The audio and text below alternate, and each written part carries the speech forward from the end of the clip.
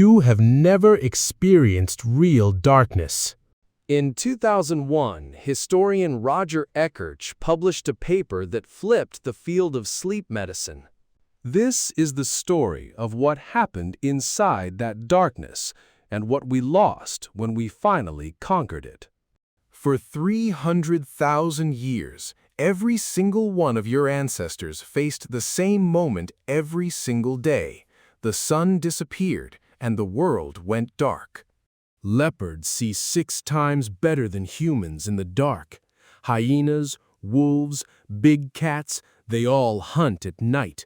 And you were food. Until someone discovered something that changed everything. Fire. A single campfire creates a circle of safety about 30 feet across. Inside that circle, you live. Outside that circle, you die.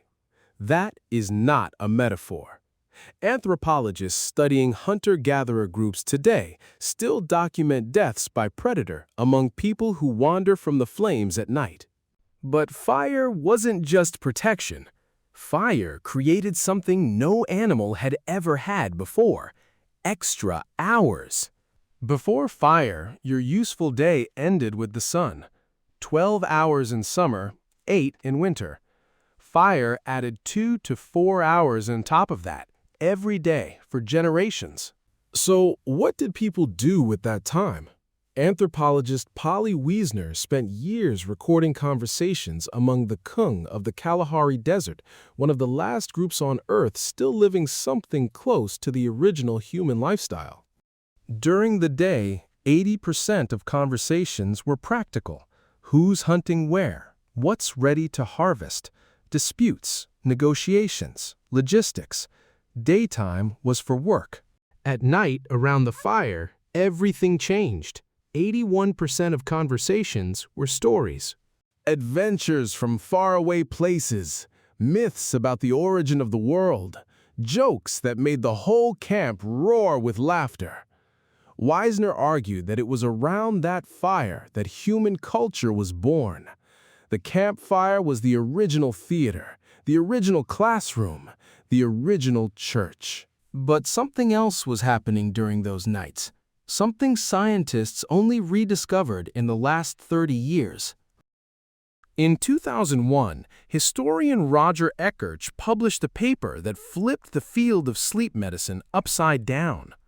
He had spent 16 years excavating historical documents. He found over 500 references, medieval prayer books, court records, personal diaries, letters from ordinary people, even passages from Homer's Odyssey.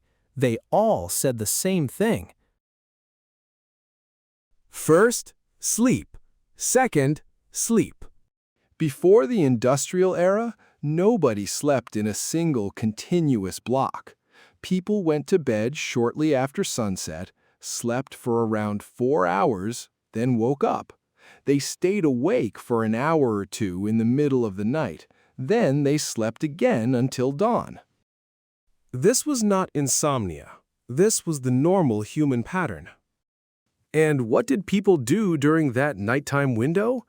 A 16th century French physician recommended that couples conceive children during this interval. The mind was clearer, he said. People visited neighbors. They interpreted their dreams while they were still vivid.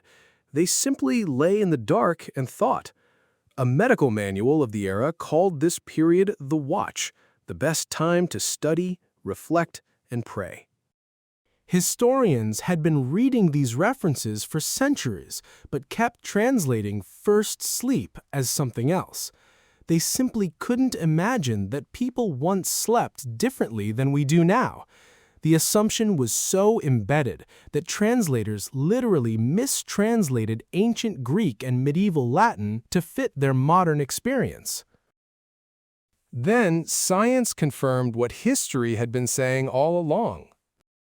In 1992, psychiatrist Thomas Ware at the National Institute of Mental Health ran an experiment. He removed all artificial light from his volunteers' lives.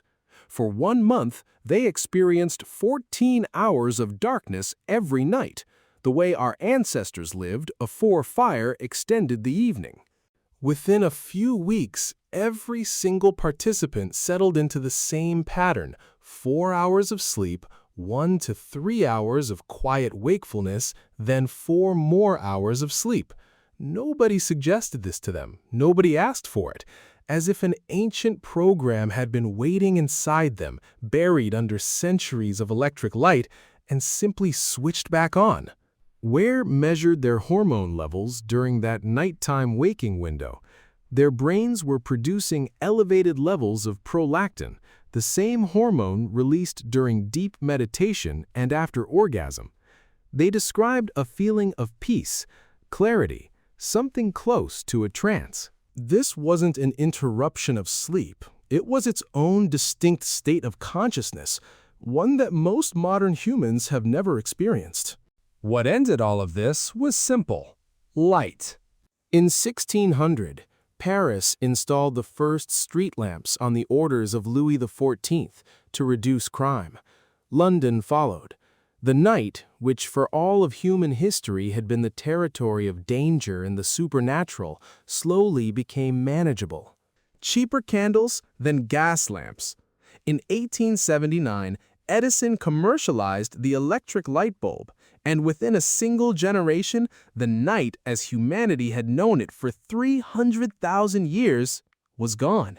The word curfew comes from the French couvre-feu, cover the fire. In medieval cities, a bell would ring at night ordering everyone to extinguish their flames, not for safety, but because night was supposed to be dark. Walking outside after sunset without a lantern was literally illegal in many European cities. The night belonged to criminals and the supernatural. Today, modern humans are exposed to artificial light an average of 7 to 8 hours after sunset. That light, especially the blue light from screens, suppresses your body's production of melatonin. Your body cannot tell the difference between a light bulb and the sun. When light hits your retina at 11 p.m., your brain reads it as daytime. It delays sleep. It fragments the circadian rhythm that took millions of years to form. Researchers found that just 1 week of camping without artificial light is enough to reset melatonin cycles by almost 2 hours. 1 week, that's all it takes for 300,000 years of programming to reassert itself. We didn't just change when we sleep. We erased an entire state of human consciousness. That quiet waking window between first and second sleep, the state participants described as peace, as clarity, as full presence, no longer exists for most people. Instead, we have insomnia, and we treat it like a disorder. But what if it isn't a disorder at all? What if waking up at 2 a.m. and lying in the dark, unable to fall back asleep, isn't your body failing, it's your body remembering what it was built for? For 300,000 years, your ancestors lived this rhythm. They slept in 2 phases. They woke in the dark and sat quietly with their own thoughts. They lived under a Milky Way that didn't require a national park to see. It was just the sky. And around the fire, every night, they told stories. Stories that built civilizations. We traded all of that for a light switch, and most of us never even knew something was gone. The question that remains, is it worth trying to find even a fraction of it back?